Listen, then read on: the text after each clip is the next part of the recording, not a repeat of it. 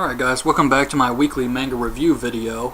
And to start with Naruto, chapter 602, I'm Alive.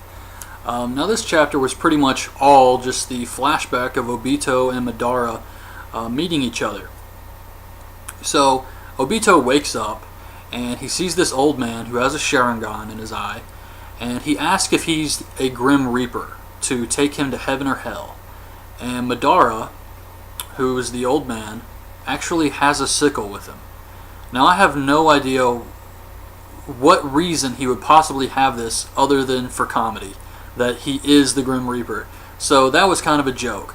But they start talking, and we see these big cords coming out of Madara's back, and apparently they're feeding him chakra. And he tells him, "I'm a ghost of the Uchihas." So Obito says, "Well, who are you?" And he says, "I'm Madara Uchiha." So, of course he can't believe this, because Madara would be old as hell by now. So he says, "There's no way. Madara's a legend. He's one of my ancestors. Who are you really?" And he says, "I am Madara. I've just been cheating death, using this giant statue to feed me chakra. If I am away from this machine, I'll die." So he explains this to Obito, and he tells Obito that he's free to leave if he can, because Obito's freaking out. He wants to go back to the village. He wants to be with his friends again. He's kind of freaking out, and Madara says you can leave if you can, but of course he knows he can't leave. He knows Obito's in no shape to leave. And he tells Obito that it doesn't matter if he does leave, because the world he wants to go back to doesn't exist. He explains that there can't be winners without losers. There can't be people fighting for peace without killing other people. And of course Obito doesn't want to hear this. He still wants to try and escape. He's determined to leave this place. He's all messed up.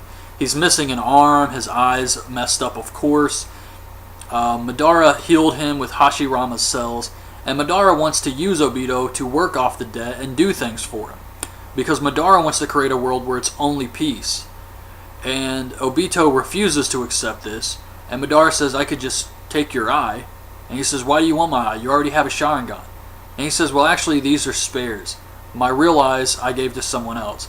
Now I don't remember reading anywhere in the story where Madara gave his eyes to someone else, so that could be really interesting. That could be someone new or someone we've already seen. I don't know, but I thought it was really cool how he said he gave his eyes to someone else. These are spares, and he tells Obito, "I can always use more." So that was kind of a funny line there.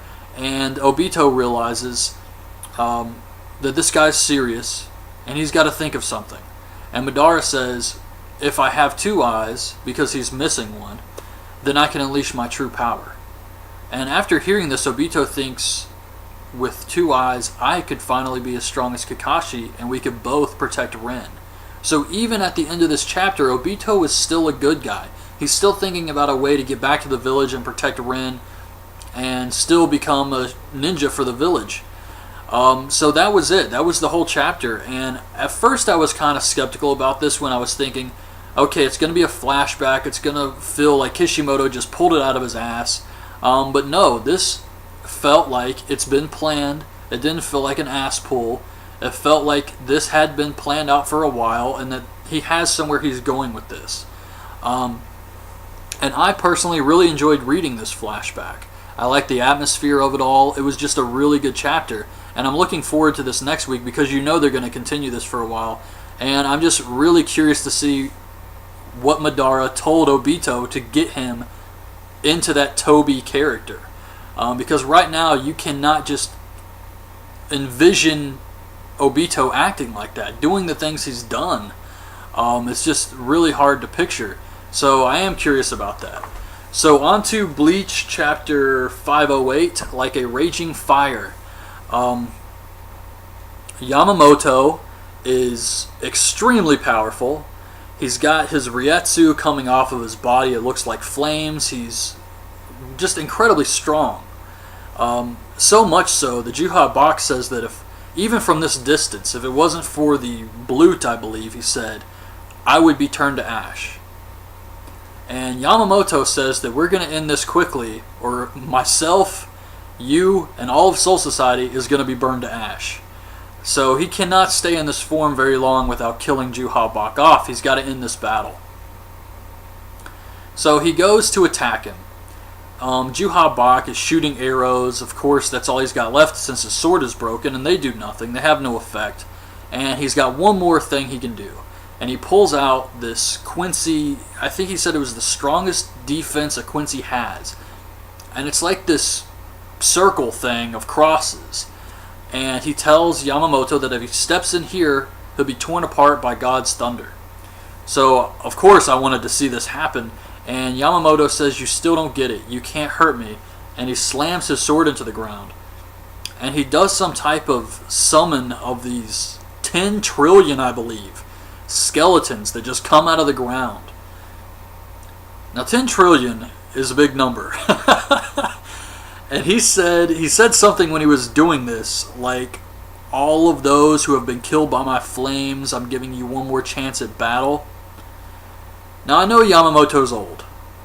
Thousands of years old.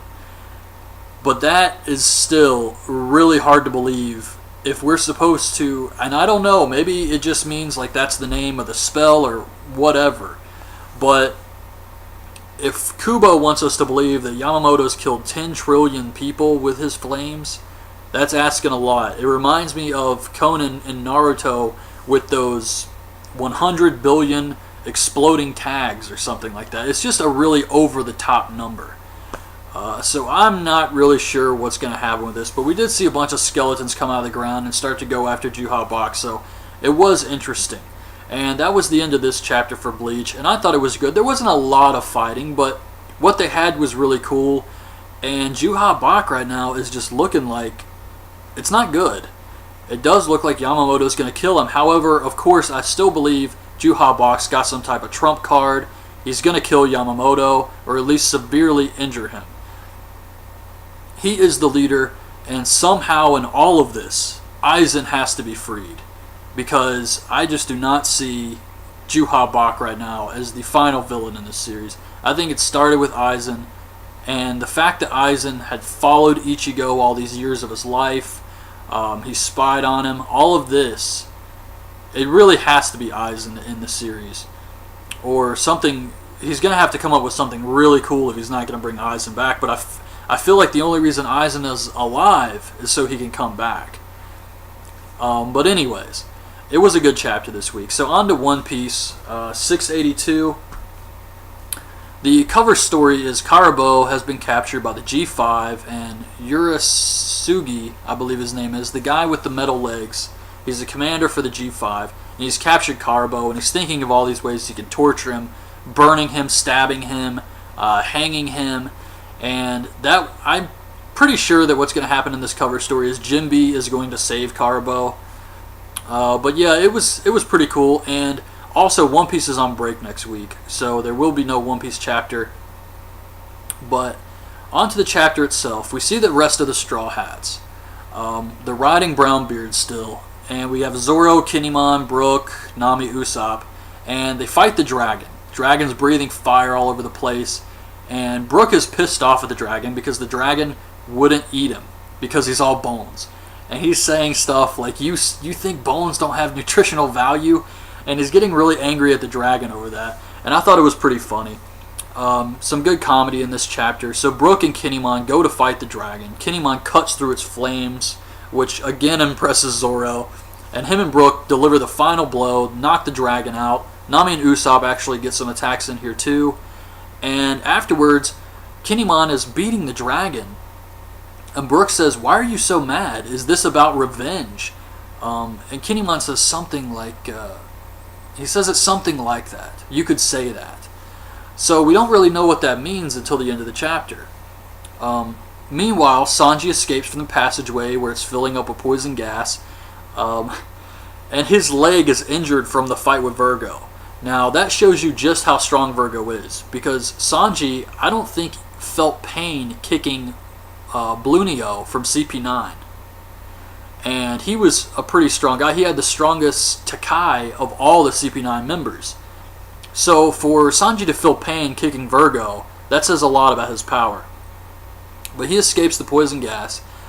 He's talking to Tashigi, and Tashigi tells the G5, because they still believe it's a fake Virgo, and she tells them that yes, it is a fake, and I think she is only saying that so they don't feel hopeless, like the real Virgo is still out there, he could help them. She doesn't want to bring them down and say, yes, that's Virgo, the guy you admire trying to kill you. So I think that's the only reason she said that. And then we see Virgo, who calls Joker. And we see Don Quixote do Flamingo, and he's at this resort vacation house or something. And he's got all these people around him.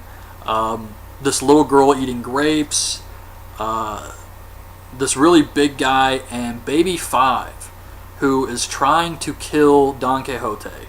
And he's talking on the phone while this girl is trying to kill him like it's nothing, just dodging attacks, which was really badass, I thought.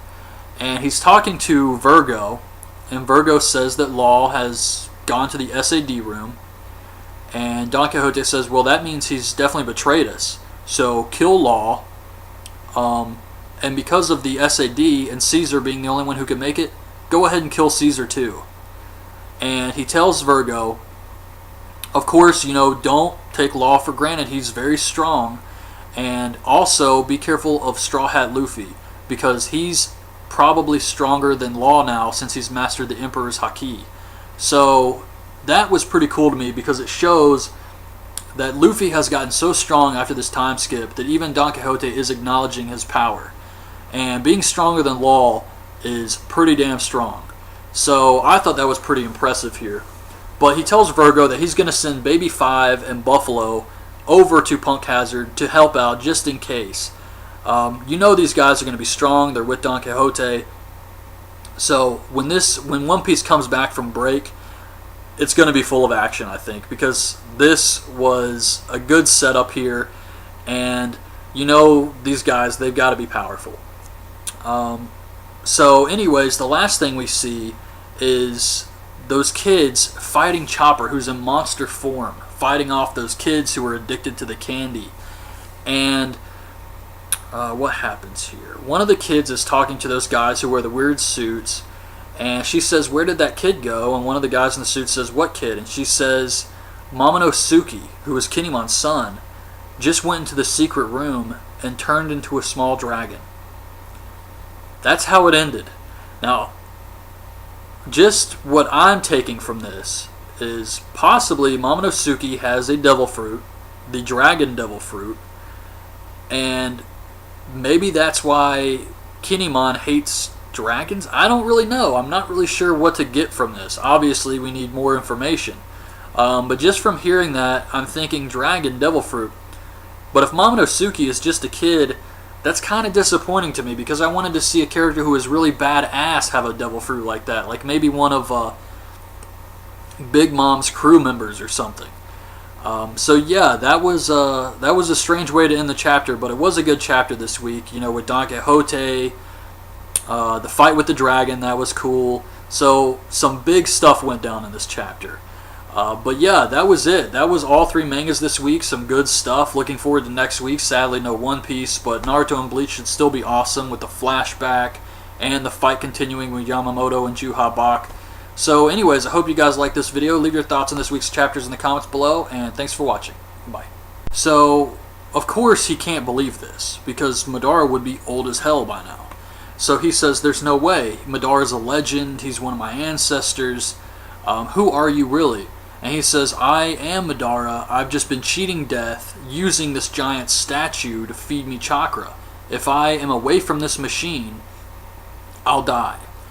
So he explains this to Obito, and he tells Obito that he's free to leave if he can, because Obito's freaking out. He wants to go back to the village. He wants to be with his friends again. He's kind of freaking out. And Madara says you can leave if you can, but of course he knows he can't leave. He knows Obito's in no shape to leave. And he tells Obito that it doesn't matter if he does leave, because the world he wants to go back to doesn't exist. He explains that there can't be winners without losers. There can't be people fighting for peace without killing other people. And of course Obito doesn't want to hear this. He still wants to try and escape. He's determined to leave this place. He's all messed up. He's missing an arm, his eyes messed up, of course. Madara healed him with Hashirama's cells, and Madara wants to use Obito to work off the debt and do things for him. Because Madara wants to create a world where it's only peace. And Obito refuses to accept this, and Madara says, I could just take your eye. And he says, why do you want my eye? You already have a Sharingan. And he says, well, actually, these are spares. My real eyes I gave to someone else. Now, I don't remember reading anywhere in the story. Alright guys, welcome back to my weekly manga review video. And to start with Naruto, chapter 602, I'm Alive.